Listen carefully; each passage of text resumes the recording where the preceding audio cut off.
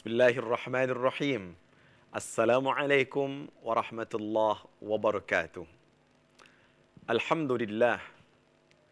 Alhamdulillahilladzi arsala rasulahu bil huda wa dinil haqq liyudhhirahu 'alad dini kullihi wa kafa billahi syahida. Asyhadu an la ilaha illallah wahdahu la syarika lah wa asyhadu anna sayyidana Muhammadan abduhu wa rasuluhu la nabiyya ba'dah. Allahumma salli wa sallim wa barik wa karrim ala sayyidina wa maulana Muhammadin wa ala alihi wa ashabihi ajma'in. Amma ba'd. Para pemirsa TVRI Sumatera Selatan yang dimuliakan Allah Subhanahu wa taala. Inni uhibbukum fillah.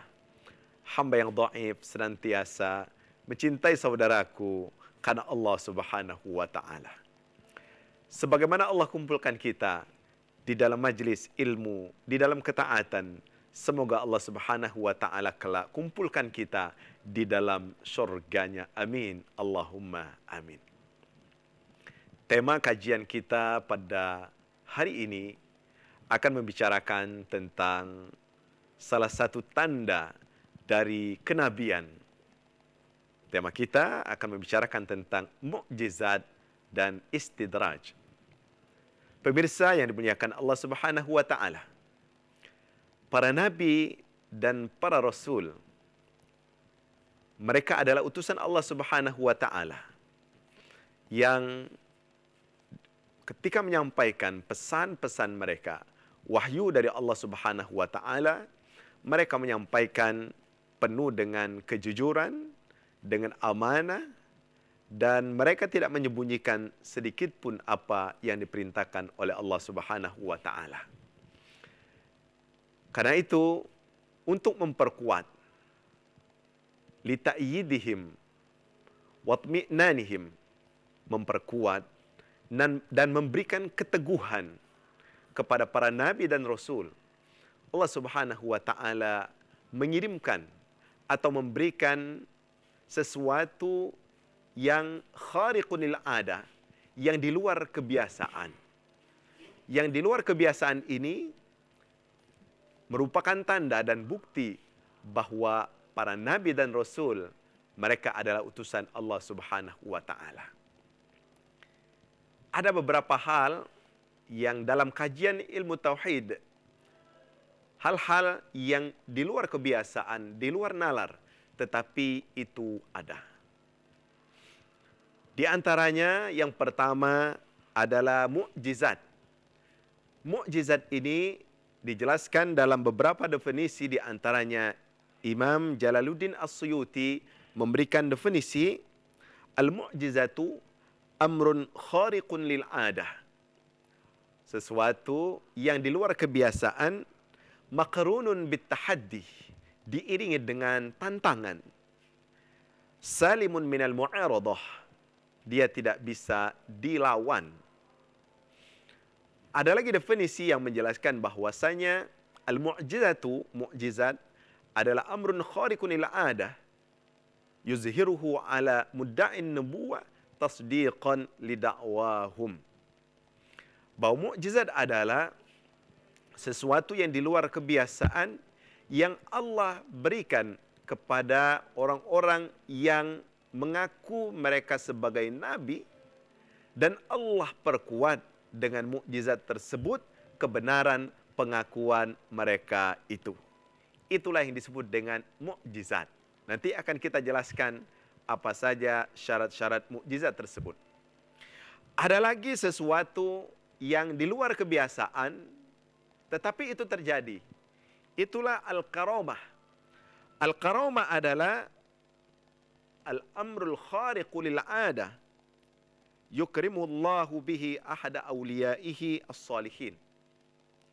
Karamah adalah sesuatu yang di luar kebiasaan yang Allah berikan kepada orang-orang yang Allah cintai, para wali-wali Allah Subhanahu wa taala, ahli ta'at, orang-orang yang dekat dengan Allah Subhanahu wa taala.